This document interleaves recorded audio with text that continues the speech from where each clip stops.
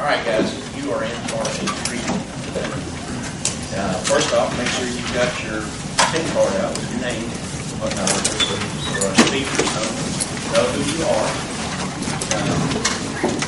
And we've got leading guy, Paul, class of 65, fight Texas Aggie.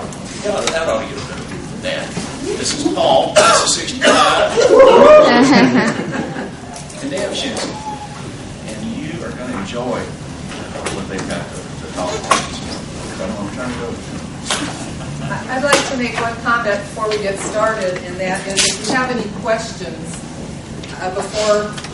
you don't have to hold your questions out. Just raise your hand, even if we're in the middle of it. If something strikes you, this is very freelance.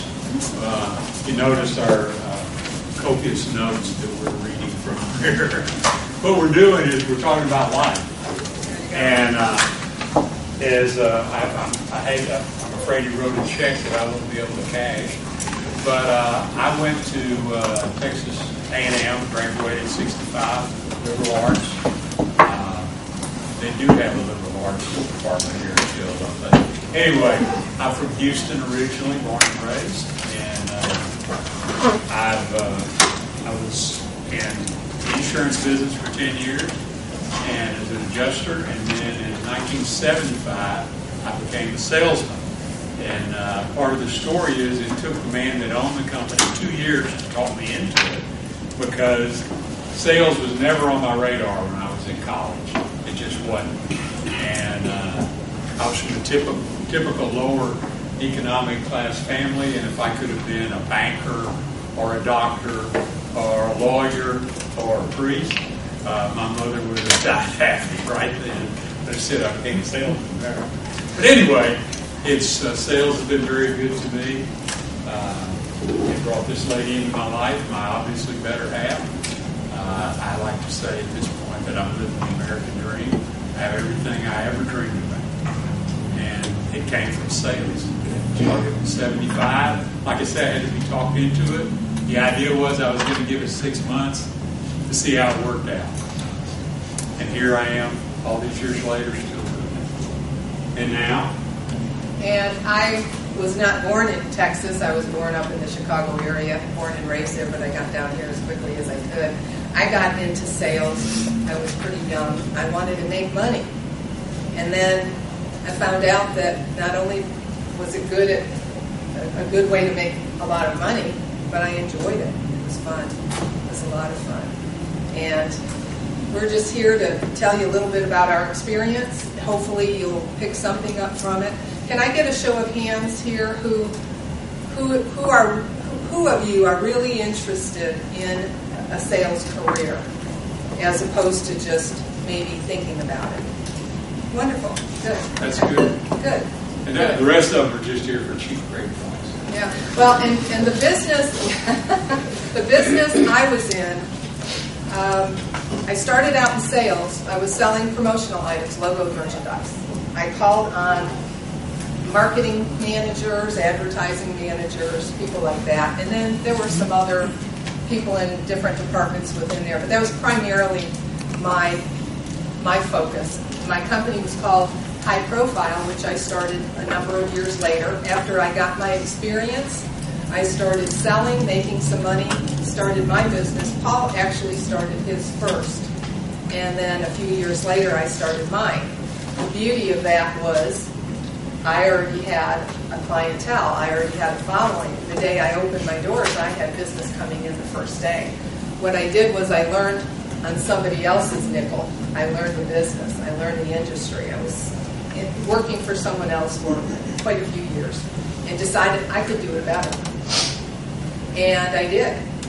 And eventually hired salespeople and had a whole business. And I still continue to be the top salesman in my company, even though I owned it and had some management responsibilities. And I still love sales, and I still did that. That was the primary thing. And we talked earlier about the fact that nothing happens in any business until somebody sells something. We think about every business there is out there, I don't care what it is, whether it's a restaurant or a factory or anything. If you don't sell something, nobody has to make it, nobody has to ship it and mail it, nobody has to bill it out, nobody has a job. Until that sale is made, that is the most important thing in a business. And what is it that the president and the CEO of a company look at all the time? They want to look at the sales numbers. How much should we sell? How much should we sell? What's the profits? Got to sell something. That's very, very important in business. And your business was? I sold cleaners and maintenance supplies. At one point, everything at A&M, all the floors were serviced with my material. I was at A&M for years, decades. I was here every other Wednesday and got to see the campus change. Give you an idea, everybody get ready to gasp.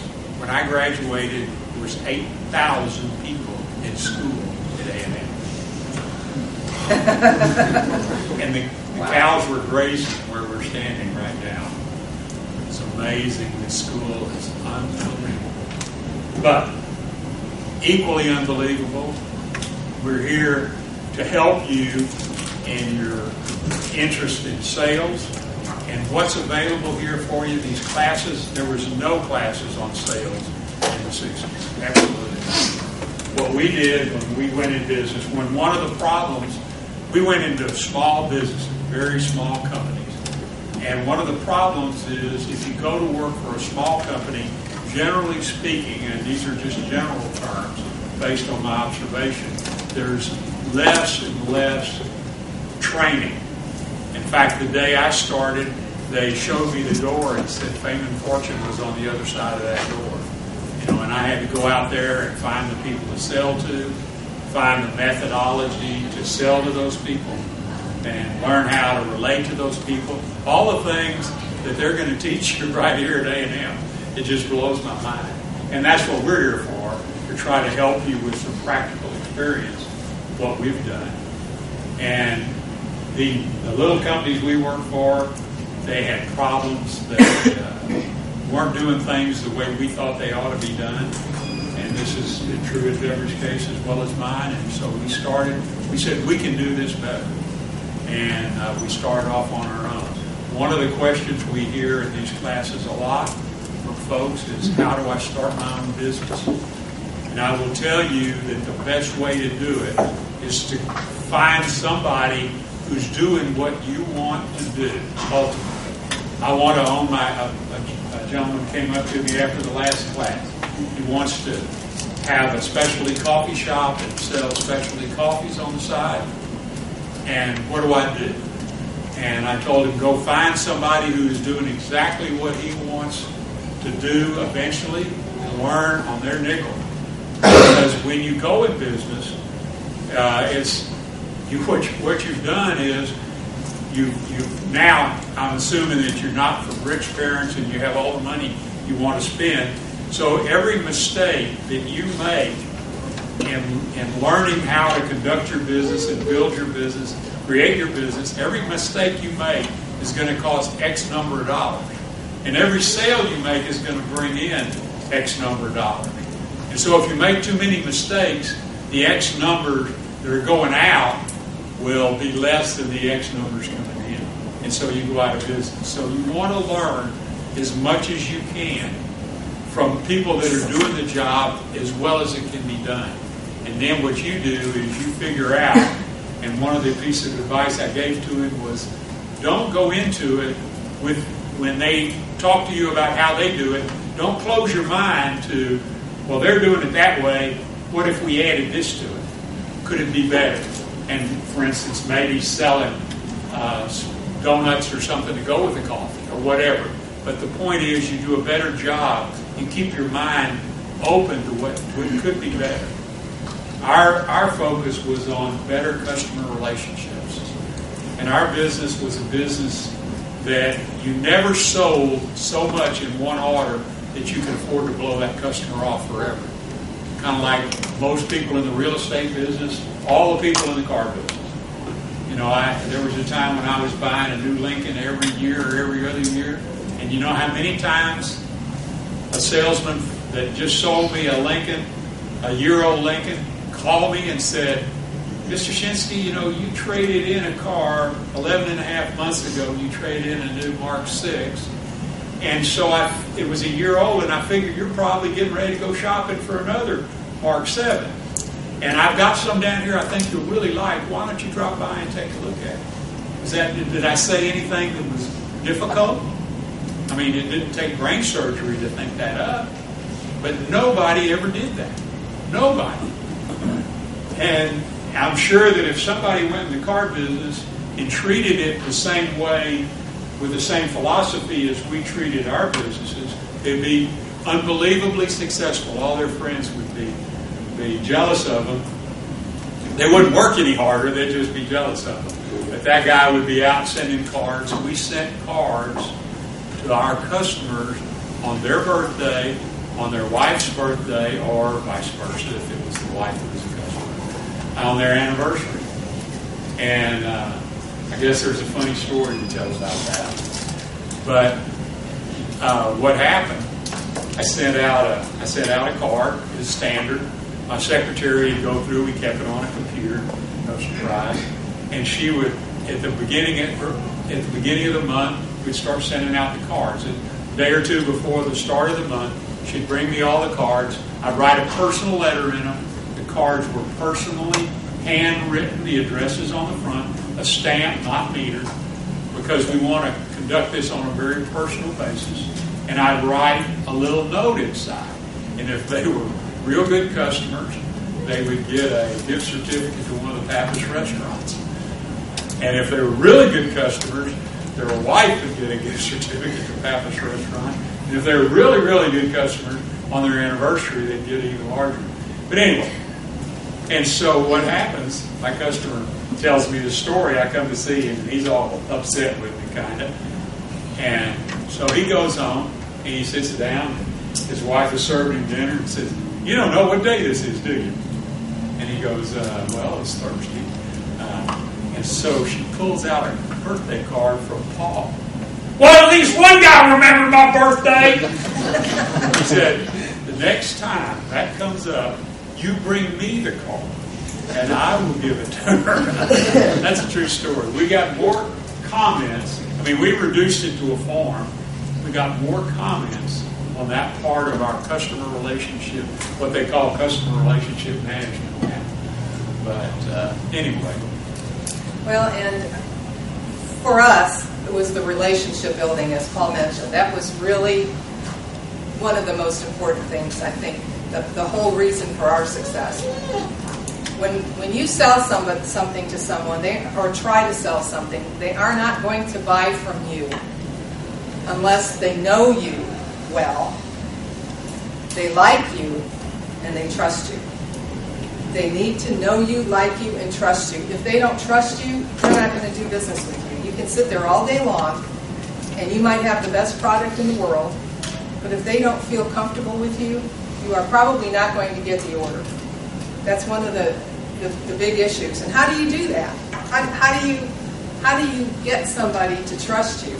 First, they need to know you. They need to get to know you. What are you like? Are you a person of integrity? Are you a likable person?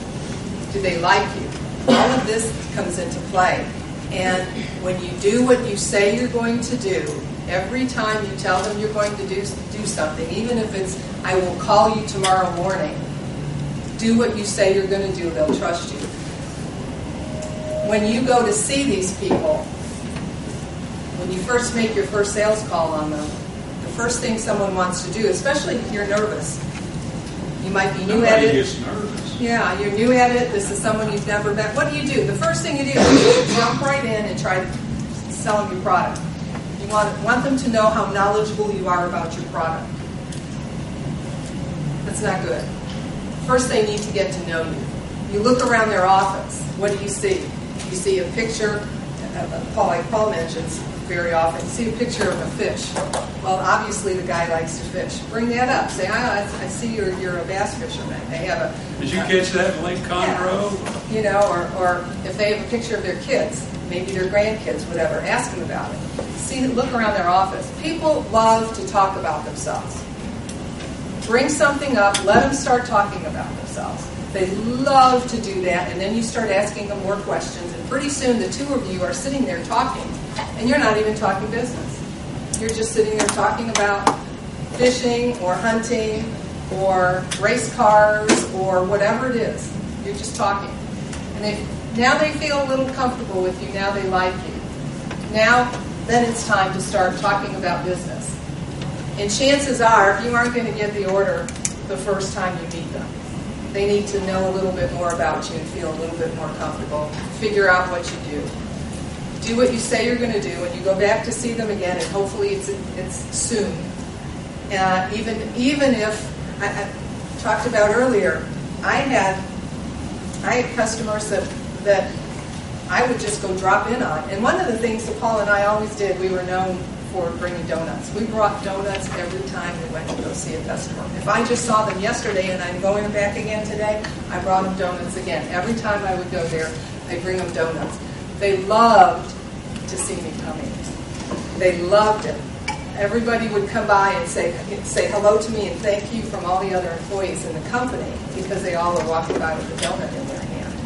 And that breaks the ice when you bring a box of donuts. The other thing, what's so funny? I was thinking about the donuts. Yeah. They got hooked on them, and we lived in mainlining donuts. No. A little coffee in the other arm. Yeah. The donuts made us a lot of money. Fortune. Oh, the last year I was in business. Now I had a deal with a donut shop. Remind you of the joke. Credit down at the grocery store from that old joke, that old song. I had credit at the donut shop. They gave me a bill once a month at the end of the month. That's true. My last year in business, I gave out $9,300 worth of donuts at $3.50 a box. So that tells you how many donuts. Yeah, we did that a lot. Well, there's another cute little thing that happened. One of the things, I had several customers that couldn't get out of the office, and I took a lot of people to lunch, but I also brought stuff into them. You know, if they couldn't get out of the office, I'd collect something and bring it into them. And one particular place was Popeye's Fried Chicken the last Wednesday of every month. And there'd be a bulletin board on Monday of the last week, and it would say the chicken flies Wednesday, and that was me. And I brought her. She was selling also promo items, and incidentally, like the shirt here with the Paris on it with the logo. That's what we're talking about.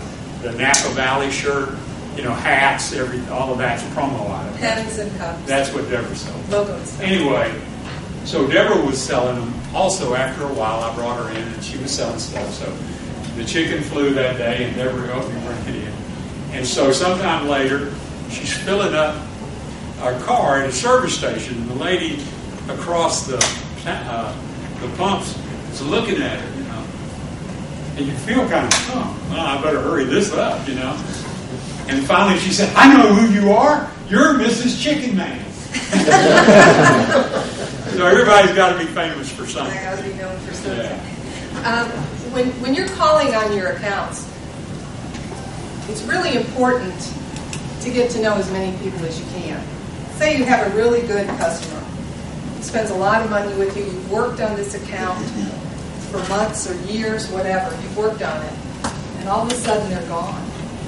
They leave. You now have lost probably a significant part of your income if you're on commission of any sort. And then your boss, your sales manager, is saying you're not going to meet your quota, whatever your situation is. What do you do? Well, if you did your homework and you did the right thing, you got to know as many people in that company as you possibly can. You want to know their assistant, people below your customer, the people to love your customer's boss. Laterally, all the different people maybe in their department, just get to know everybody possible. When they leave, they don't want to miss those donuts, so they're going to make sure that you keep coming back. I've had people literally that would take me and introduce me to the new person and tell them how wonderful I was, even though I didn't do business with that person directly. They didn't buy from me, but they saw me there all the time. They just got used to seeing me there. They wanted me to come back. I call that embedding yourself into this account.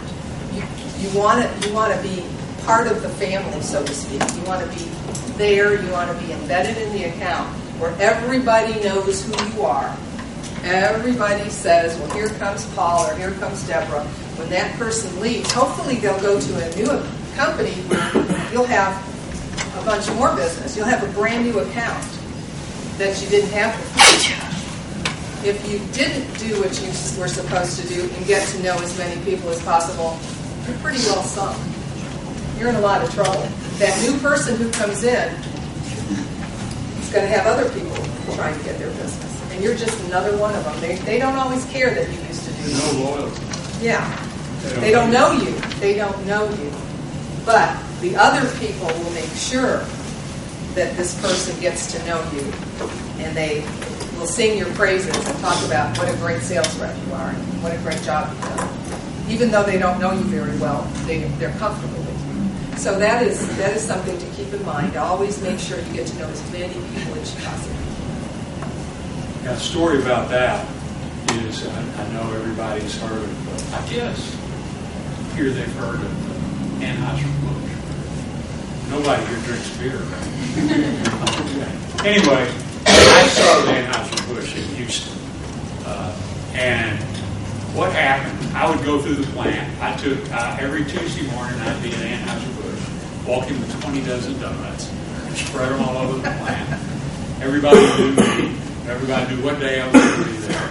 And when I'd go through the plant, I had one guy, and he loved the little Gibbey screwdrivers, that have the magnet on one end and a flat blade or a Phillips on the other end. Where did I get those? Anyway, so he loved them. His name was Bill. He was from Anderson, Texas, country boy. And he loved them, and he was the guy that cleaned the floor with my stuff. He was the actual guy that got his hands in my stuff. But I was always giving him, a little something when I saw him and all that. And he'd go down to the office and get a donut and a cup of coffee. Anyway, so there was a change in purchasing, and they found a cheaper supplier for my product. They stopped buying it. And this happened a few years ago when the Bush family still owned Anheuser-Busch. But the man with his name on the door showed up for an inspection, I'll eat Bush. And he walks through the plant, and he's in this area that Bill takes care of, and he says, how come this is dirty? This shouldn't be, this is still dirty. And Bill says, well, they bought a new product. Let me show you something.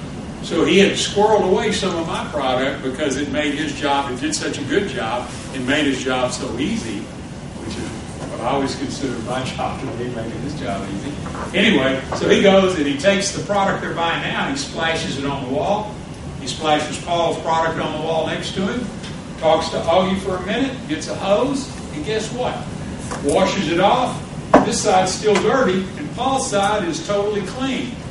And now the man who flew down there in his private jet and owns the company says, buy that stuff, don't buy that anymore.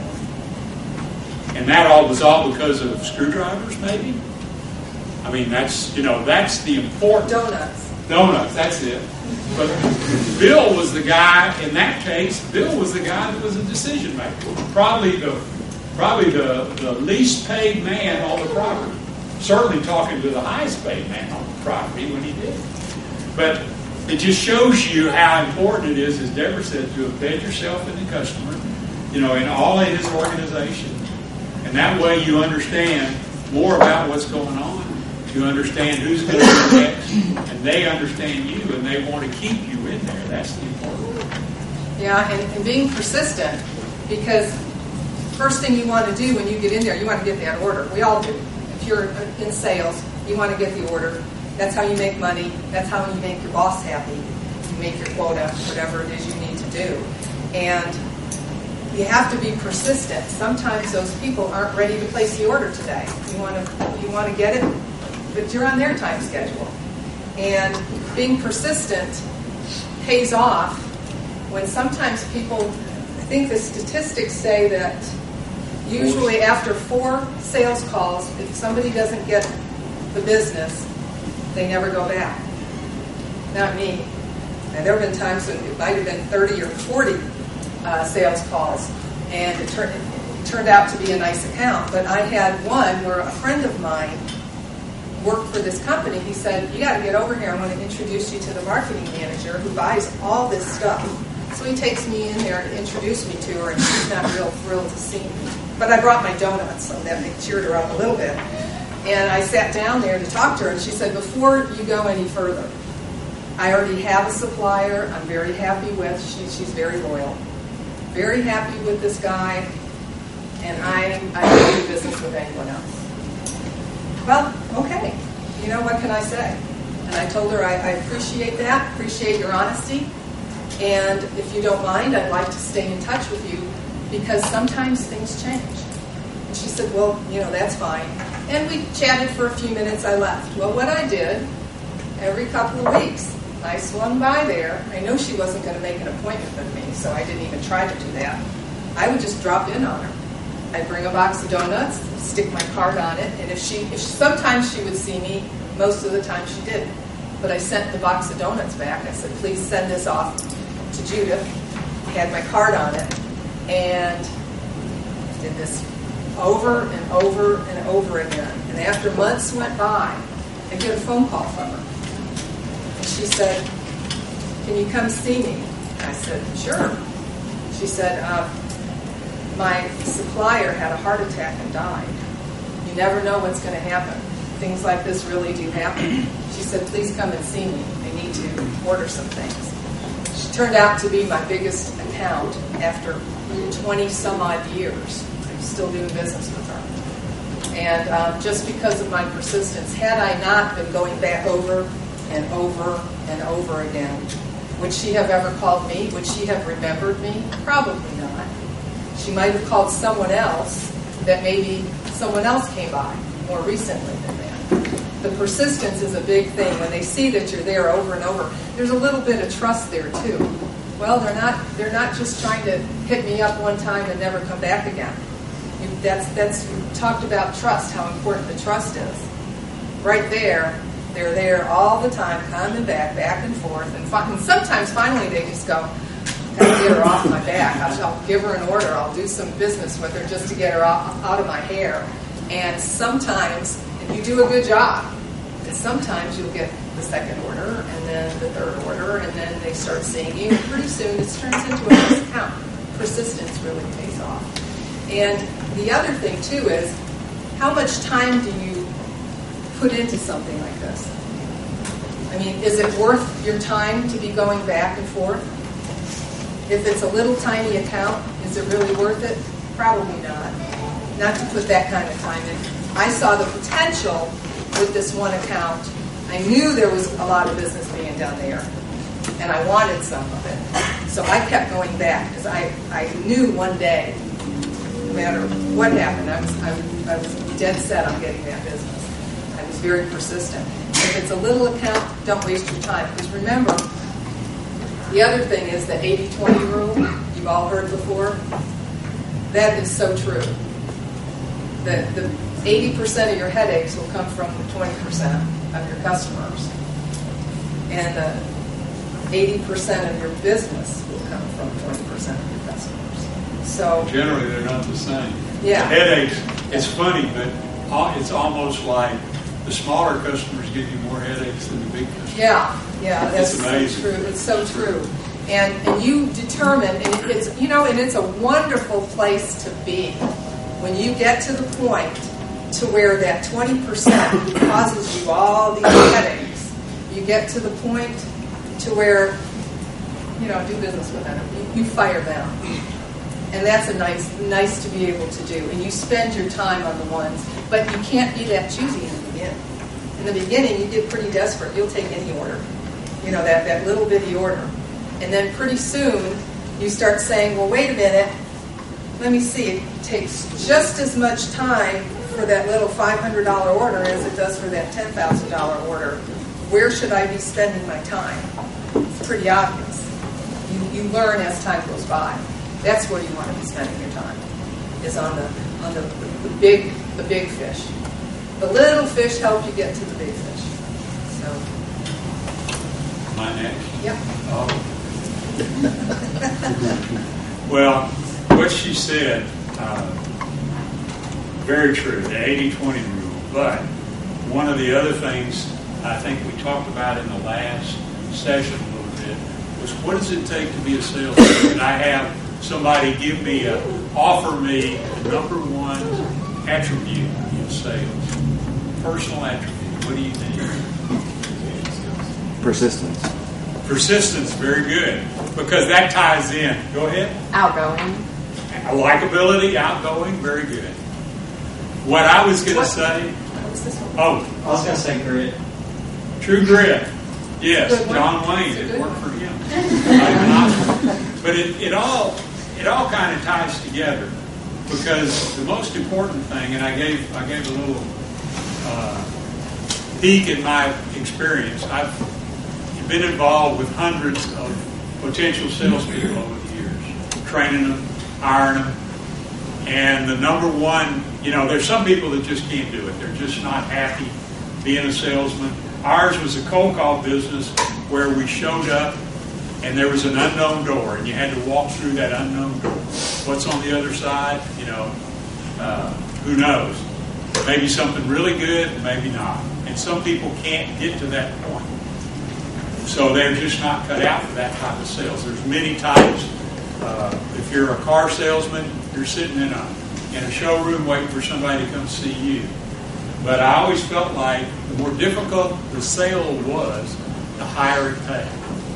And I always use the comparison of Nolan Ryan when he was pitching for the Astros, making millions of dollars a year, and his job wasn't as physically hard as the guy digging a ditch. But there was only one Nolan Ryan. So what we want to do is we want to look into, we have any baseball fans out there. Reminds me of the Astros. We don't talk about the Astros and they pass a lie detector test now. But anyway, I've trained and tried to train a lot of people, and some people who could really do it, who could have been very successful, didn't make it because they didn't have discipline. And is that persistence or true grit, however you want to categorize it, but that's the key. When you're in sales and you're a commission salesman, nobody tells you got to be here at 8 o'clock in the morning. You got to get yourself out of bed, get yourself dressed, get yourself programmed for the day, get yourself organized. I got a sales call at 8 o'clock. I got to go by the donut shop first, and I'm on my way. But some people just cannot do that, and that's really sad if they have all the other skills, but they can't make themselves do that. So if you're thinking about sales, I think you should set yourself goals in the position you're in now and follow through on those goals, get in the practice of setting the goals and following through on the goals, holding yourself accountable. Likability, we talked about that, and just being nice to people. That's what likability is all about. Just if you see somebody in the hall who's sweeping the floor or something and you say something nice to them, good morning or whatever, it's just not done anymore. People walk by people. And even on this campus, there was a time when that wasn't the case. But I know I can walk across campus now. In the old days, everybody said something to you. And it's too big, But that's what I'm saying. That interchange is gone. We do it on our phones. We don't do it face to face. I was in a sales consultant situation, and the guy that ran the business and I talked about it, and he was under the impression that because we have phones and we have texts and we have emails, that face to face personal relationship is just not important. And I beat him up with so many examples of letters from customers and whatever, that finally he said, you're right. And I believe that it's actually better now if you have those skills, if you develop those skills, that you can meet people and get on their level and establish a rapport with people. If you can do that, because not many people of your generation can, because you're used to those damn phones. One of the things we did, with a horrible example, we were on a cruise, and right next to us, on the table next to us, was a young couple on their honeymoon. And they were sitting at the table with their phones, sending messages to other people. They weren't communicating with each other on their honeymoon. Yikes! Well, I guess we're older. That just shocked us. Yeah, that was a bridge too far for us. Yeah, and talked about yes. Yeah. Could you, in the previous class, you talked about the salesperson that could pull up in a parking lot but could not get themselves to go in that door. Could you? Yeah. What? The salesperson who pulled up in the parking lot Oh. could not get out. Yeah, well, like I say, there's a door, and what's on the other side of the door? And the guy was failing, and we had a heart-to-heart talk, and he admitted that he would pull up in front of a place of business, and he could not make himself get out of the car and walk through the door. And I guess this brings up another old story. That's all I have is old stories, because I'm so old, all my stories. But anyway, so I went to see Anheuser-Busch. I mentioned I sold Anheuser. The first time I went to Anheuser-Busch in Houston, it occupies about, half a mile right on the corner of 6 and 10 East, 610 and 10 East. It's huge, got a big fence around it and all that, very intimidating, big old giant building. But I needed to break that ice there, so I went in, and I walk in to the receptionist, and the receptionist says, we only see by appointment. This was a cold call. I didn't even know who to call. And normally in my business, we would go in and we kind of threw away the first call, that we were going to learn, who bought our brand of product, and whose commodity it was in purchasing, get a name, and then try to get an appointment with them. And this very nice receptionist said, well, let me just call. So she calls back, and the very nice lady who was handling the chemical purchases at that time agreed to see me. I mean, I'm astounded. I'm staggered walking in there. I walk into Anheuser-Busch, and now I'm going to actually talk to somebody important. And so I sit down there, and we do our usual rapport building, and I'm, she's a little older than I am, but, we're talking about all this stuff, and I'm trying to get on the same page with her, because that's another way to build trust. People trust people that are like themselves. And so she said, well, I'm from Baytown. And I said, really? You go to Baytown City? Yes. Well, my cousin went to Baytown. Really? Who was that? And I knew my cousin was younger than me. And I gave him the name. And her eyes got this big. It turns out that my aunt and uncle were her parents' best friends. They would travel together, play cards together.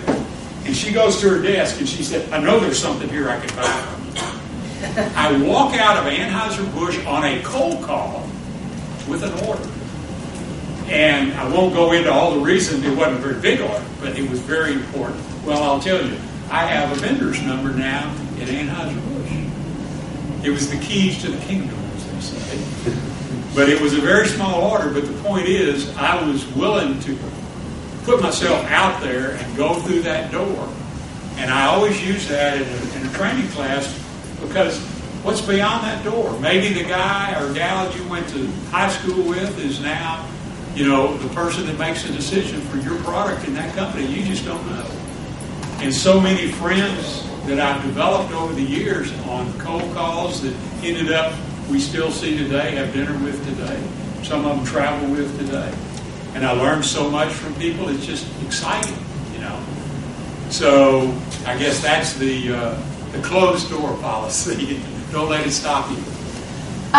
Would you say that that wouldn't be as dramatic if you were like in your element and you're passionate about the product you're selling and you're knowledgeable about it, and would that kind of decrease that a little bit? And especially with, I know you mentioned like the discipline. Again, if you're passionate about it, wouldn't that come with that when you're passionate about what you're selling? You just naturally have that, and you naturally want to go do those cold calls. Well, I'm going to take part of it, and I bet Debra wants to talk about it too. Let me point out that why is that? Why is the closed door, why is it so terrifying? Isn't it because you lack confidence? You're not sure. What's on the other side of the door? What if they ask me something I don't know? What if they embarrass me because I don't know the answer to their question? And so, if you're passionate about what you're doing, it makes it easy to learn about your products. Right, and because you're in your element. Together right. To get you through that door. Yeah, could I have gone to Anheuser-Busch the first 6 months I was in business? Oh no, not unless there was a guy behind me with a gun. You know, now that would have got me in there, but it was just too scary. I mean, this thing is 200 feet in the air and all that other stuff, and the fence and all that other thing. You just don't do it, and you don't know enough, so you don't have the confidence. The inside confidence that it takes to do that. But you can learn that. People will teach you that. And incidentally, I want to say that if we like to talk to anybody, if you need to talk to us, if you think of something later on, Cody can give you either one of our phone numbers, and we'll be glad to talk to you. And to elaborate on that, I think you really aren't going to be an effective salesperson if you don't believe in your product. The level of being passionate may vary, but the more you love your product you're selling and believe in your product, the better you will be. And being very, very passionate doesn't necessarily mean you'll get up every morning and get going. We've seen many, many people who had all of the sales ability out there in the world, but because they didn't have that self-discipline, they just couldn't get up and get going, and that sets you up for failure. You've got to be able to get up, and if you can't do it, you're really better off getting a job that isn't.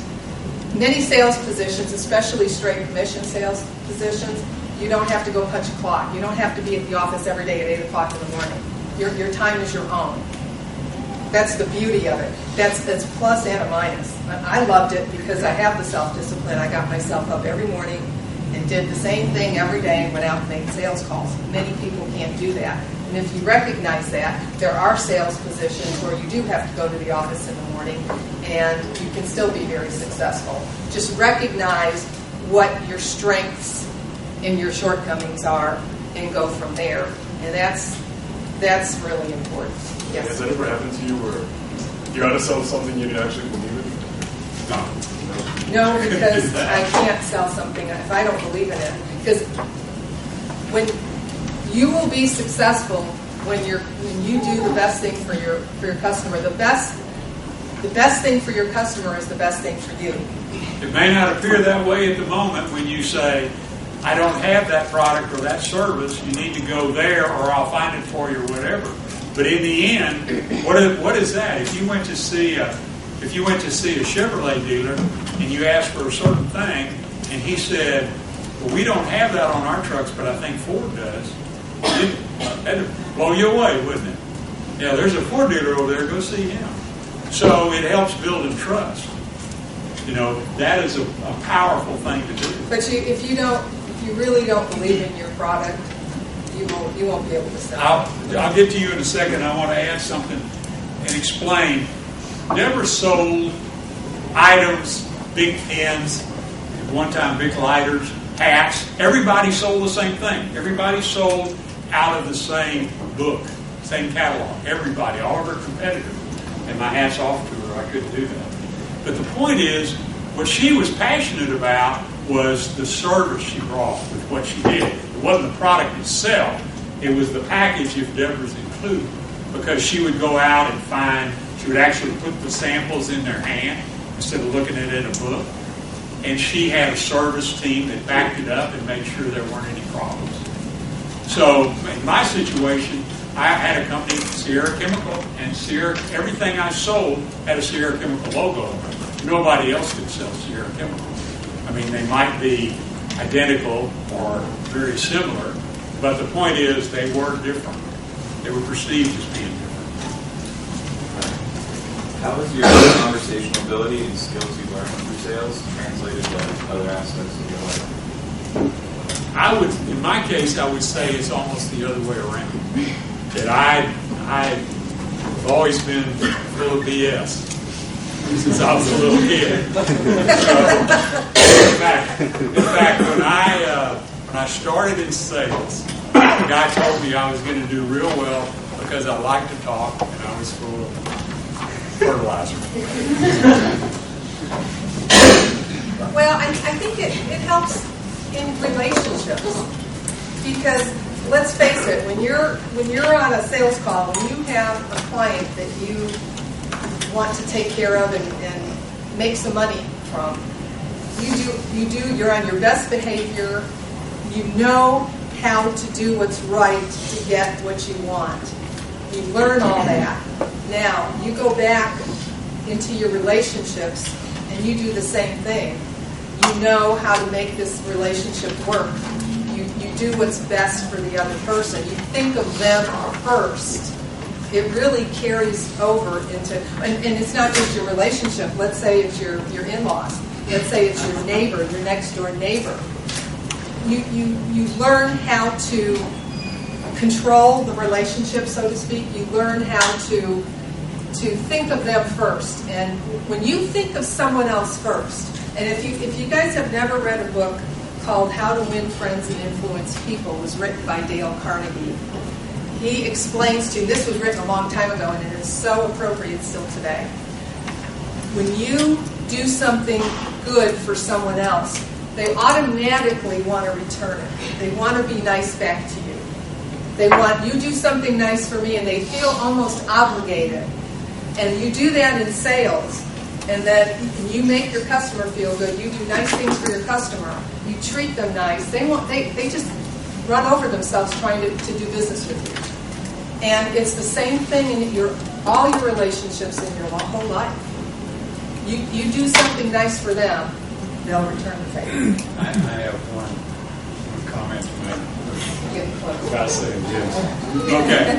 So one day I go to see a customer. I've had these people for a long time. We had a relationship. And so I go in and they say, well, we always thought you were a pretty good salesman.